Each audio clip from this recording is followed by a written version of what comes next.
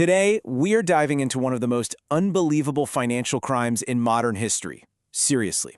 It's a story packed with insane wealth, A-list celebrity parties, and a fraud so gigantic it's almost impossible to wrap your head around. And it all starts with one just staggering number. $4.5 billion. That's how much money just poof vanished from Malaysia's State Development Fund, a thing called 1MDB. And look, this wasn't some slow drip over years. According to investigators, this cash was siphoned off in what felt like the blink of an eye.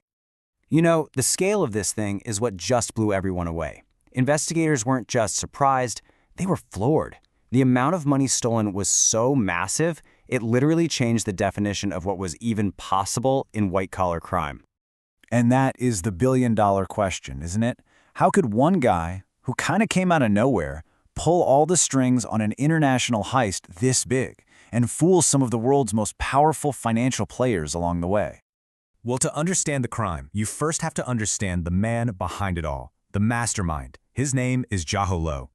So Joe Lo wasn't, royalty or from some ancient dynasty, but he was an absolute genius at making people think he was. His real superpower wasn't finance. Oh no, it was his uncanny ability to connect with people, to forge these incredibly tight relationships. He knew that if he could get the powerful to believe in him, he could become powerful himself. And this partnership right here, this is the whole game. This is how it was even possible. On one side, you've got Joe Lo, the ultimate networker who gets in good with the stepson of Malaysia's future prime minister. And on the other side, you have that prime minister, Najib Razak, who gave Joe Lo the official cover he needed to make the whole thing look legit. It was a perfect storm. Neither one could have pulled this off alone. Okay, so you've got the masterminds and you've got the political power. The stage is officially set for the heist. And this wasn't some messy smash and grab. It was a slick, carefully designed plan that turned the entire global financial system into a weapon.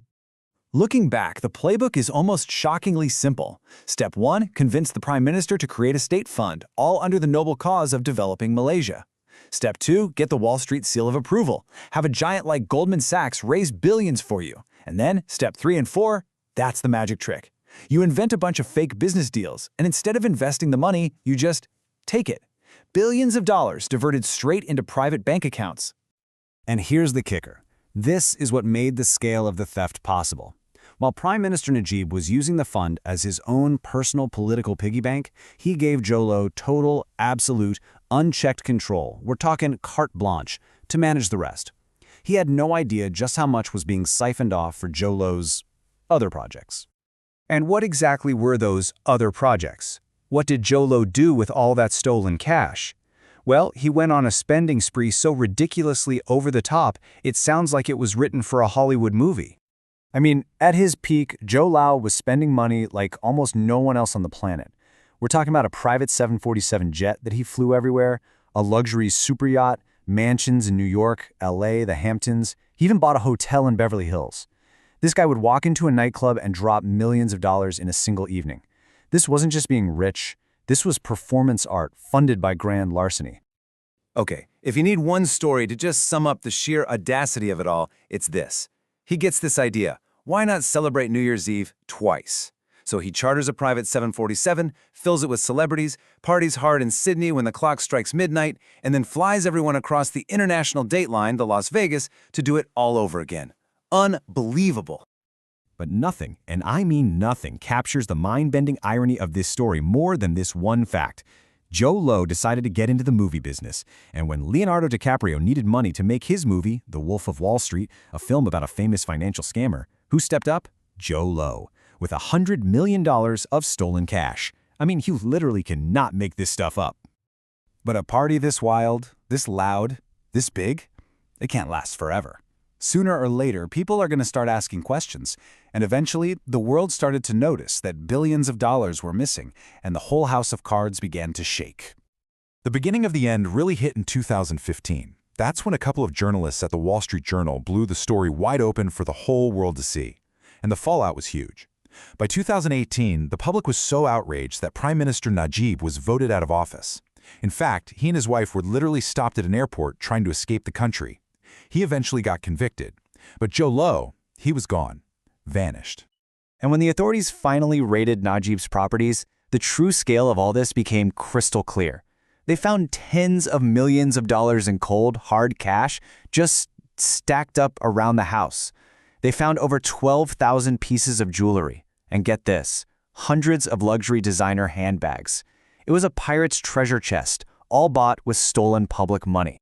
So this all leads to the most important question of all. How in the world did this happen?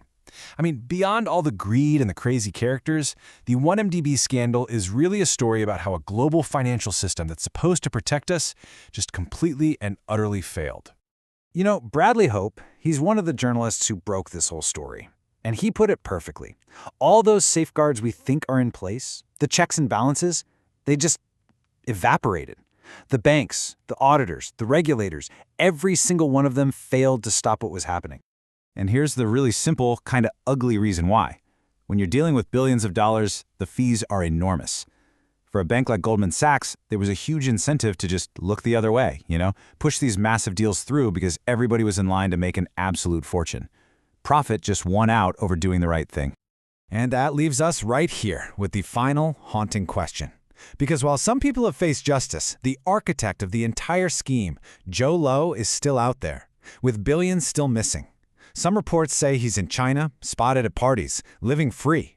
A ghost in the very system he learned to exploit so perfectly, and a constant reminder of one of the greatest heists the world has ever seen.